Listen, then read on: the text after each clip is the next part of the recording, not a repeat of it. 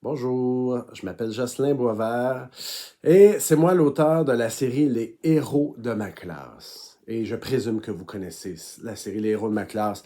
Sinon, vous n'auriez pas cliqué sur cette vidéo-là. Donc, je pense que vous la connaissez. Et vous savez certainement que j'ai une nouvelle série qui s'intitule Les super-héros de ma famille. Fait que c'est comme les héros de ma classe, je fais un livre pour chaque membre de la famille et ça inclut les animaux domestiques comme le perroquet, le chien et le chat qui est ici, là. Donc, c'est une série que j'aime vraiment beaucoup. Je trouve ça très cool. Le premier s'appelle Florent le cerf-volant.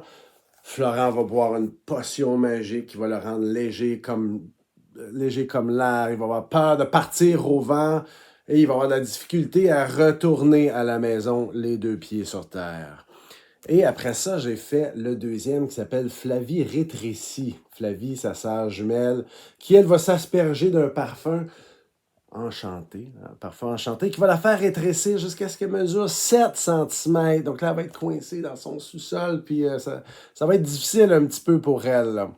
Donc c'est comme les héros de ma classe, mais avec un super pouvoir temporaire qui mettent mes personnages plus dans le pétrin qu'autre chose. Et là, je viens vous parler du troisième, là. Et lequel vous pensez que ça va être? Est-ce que vous pensez que ça va être Arthur le petit frère, Clara la grande sœur, les parents qui sont ici, ou peut-être le grand-papa, ou sinon le perroquet peut-être le chien, le chat? Je vous laisse 3-4 secondes pour y réfléchir. Lequel vous pensez que ça va être? Et c'est Garou, le chien qui est ici. Un magnifique caniche. Écoute, lui, il remporte des concours de beauté, là. Mais il sent aussi un peu comme la responsabilité d'être un chien de garde, là. Tu sais, lui, il surveille la maison, c'est bien important.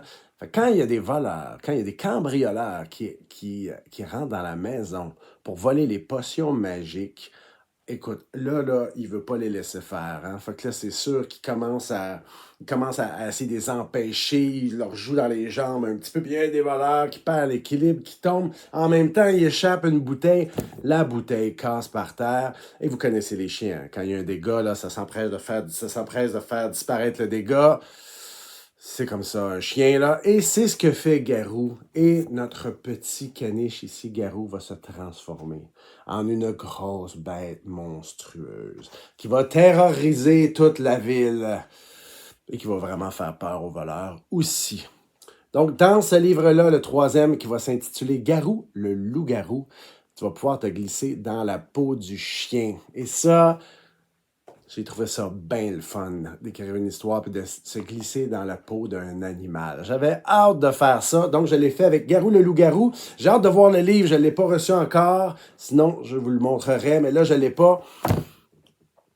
J'espère que quand ça va sortir, vous allez vous précipiter dessus pour le lire et découvrir cette aventure-là qui n'est pas si terrifiante, qui est quand même plus rigolote que terrifiante, comme vous vous en doutez.